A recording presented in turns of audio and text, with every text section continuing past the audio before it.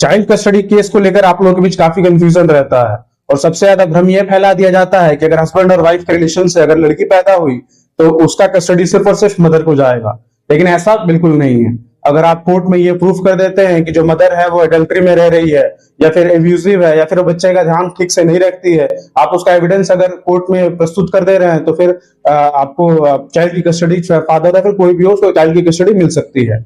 Guardians and awards act में ऐसा कहीं नहीं लिखा हुआ है कि कस्टडी मदर को मिलेगी या फिर फादर को मिलेगी।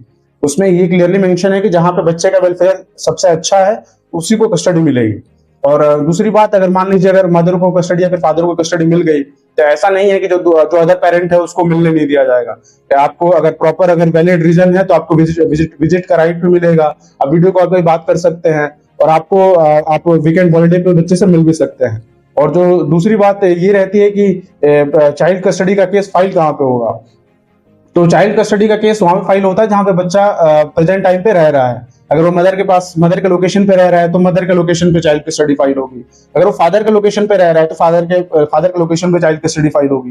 या फिर कहीं बच्चा अगर कहीं हॉस्टल में रह के पढ़ रहा है तो हॉस्टल के लोकेशन पे चाइल्ड कस्टडी फाइल होगी।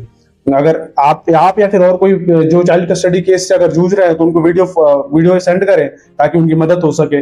धन्यवाद।